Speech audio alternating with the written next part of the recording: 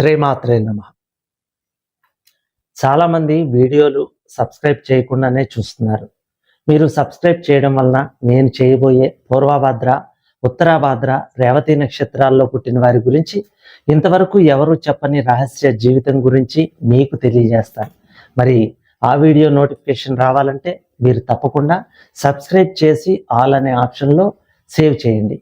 2025 మీనరాశి వారి ఆదాయ వ్యయాలు, విద్య, ఉద్యోగం, వ్యాపారం, వ్యవసాయం, వివాహం, కళాకారులకు, రాజకీయ నాయకులకు, ఆర్థిక జీవితం గురించి, అలాగే పరిహారాల గురించి వివరంగా తెలుసుకుందాం.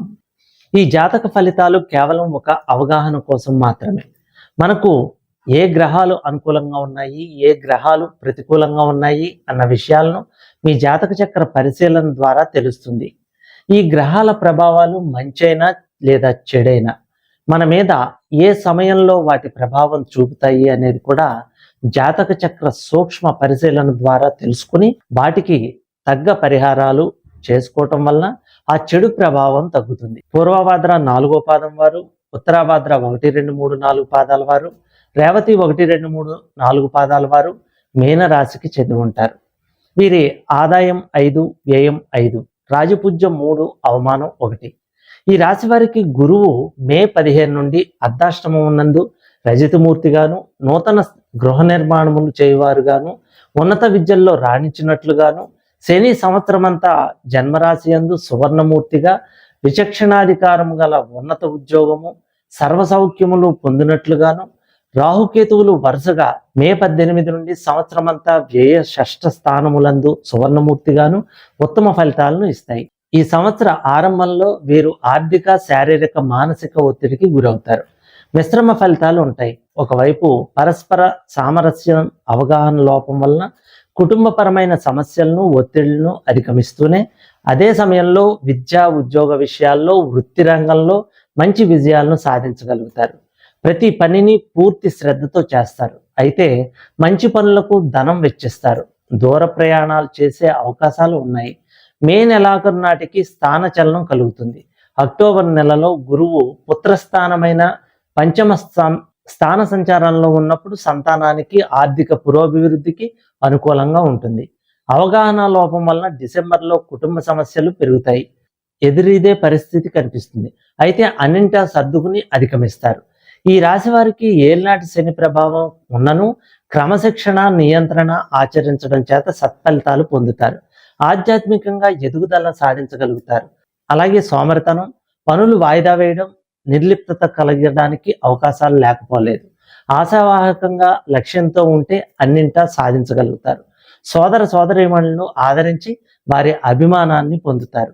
వైవాహిక జీవితంలో ఒడిదుడుకులు ఉంటాయి. జీవిత భాగస్వామికి ఆరోగ్య సమస్యలు, ఇబ్బందులు పెరుగుతాయి.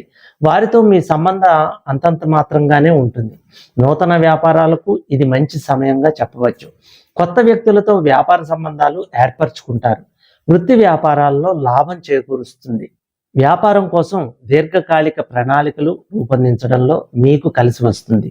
మీ అవగాహనతో పనిచేయడం, కష్టపడి పనిచేయడం వల్ల మీరు ప్రయోజనం పొందుతారు. కానీ మానసిక ఒత్తిడి ఉంటుంది. జూలై, నవంబర్ మధ్య కాలంలో మానసిక ఒత్తిడితో శారీరక సమస్యలు పెరుగుతాయి. వ్యాధులు, ఆరోగ్య సమస్యలు వేధిస్తుండడం, వైద్య ఖర్చులు పెరుగుతూ ఉండడం వలన వృధా ధన వ్యయానికి దారి తీయవచ్చు. మీరు విదేశాలకు వెళ్ళగలుగుతారు. సముద్ర జల ఉత్పత్తుల ఎగుమతిదారులు అధిక ధనం సంపాదిస్తారు. షష్ఠ స్థానంలో కేతువు సానుకూల ఫలితాలను ఇస్తుంది.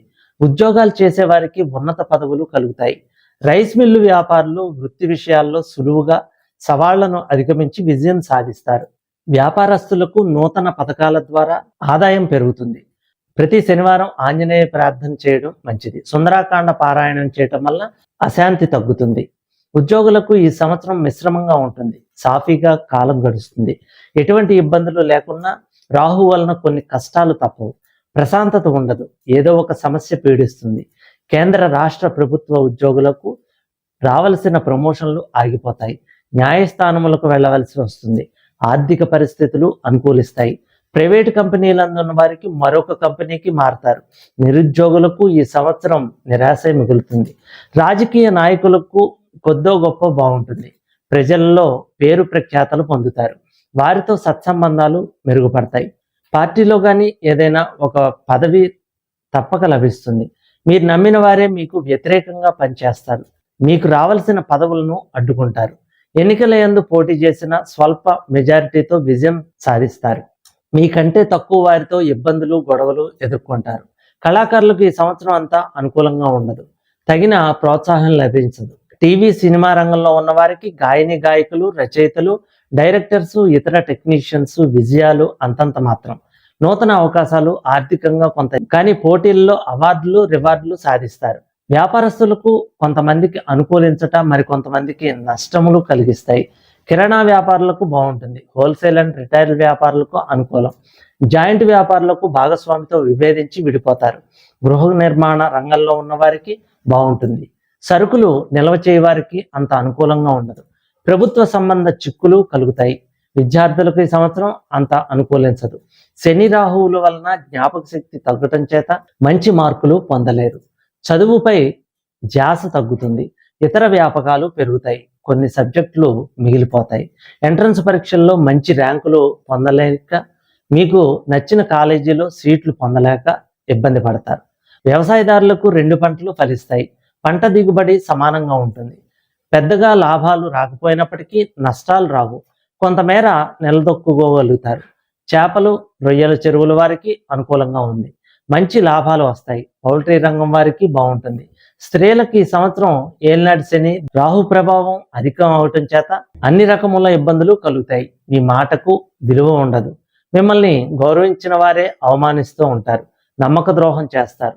కుటుంబంలో అశాంతి, ఆరోగ్య భంగాలు, ఆపరేషన్స్ జరుగుతాయి. భార్యాభర్తల మధ్య మాట పట్టింపుల వలన విడిపోయే పరిస్థితికి దారితీస్తుంది. మాతృ పితృవంశ సూతకములు, విలువైన వస్తువులు పోగొట్టుకోవటం జరుగుతుంది. ఉద్యోగం చేయవారు సుదూర ప్రాంతాలకు బదిలీలు అవుతాయి. కుటుంబమునకు దూరంగా ఉండవలసి వస్తుంది. వివాహం కాని వారికి ఈ సంవత్సరం వివాహం జరిగి నూతన బాంధవ్యాలు ఏర్పడతాయి. మొత్తం మీద ఈ స్త్రీ పురుషాదులకు ఏలినాటి శని, ద్వాదశ రాహు వల్ల పరీక్షా కాలమా అన్నట్లుగా ఉంటుంది. మీలో గల నేర్పు, దైవబలం వల్ల కొంత ఊరట కలిగిస్తుంది. చేయవలసిన శాంతులు: మంగళవారం నియమాలు పాటించాలి. రాహుకేతువులు, జపాలు, హోమాలు చేయించిన మంచిది. మంగళవారం రోజున మీ ఊరి శివాలయంలో రుద్రాభిషేకం చేయించండి.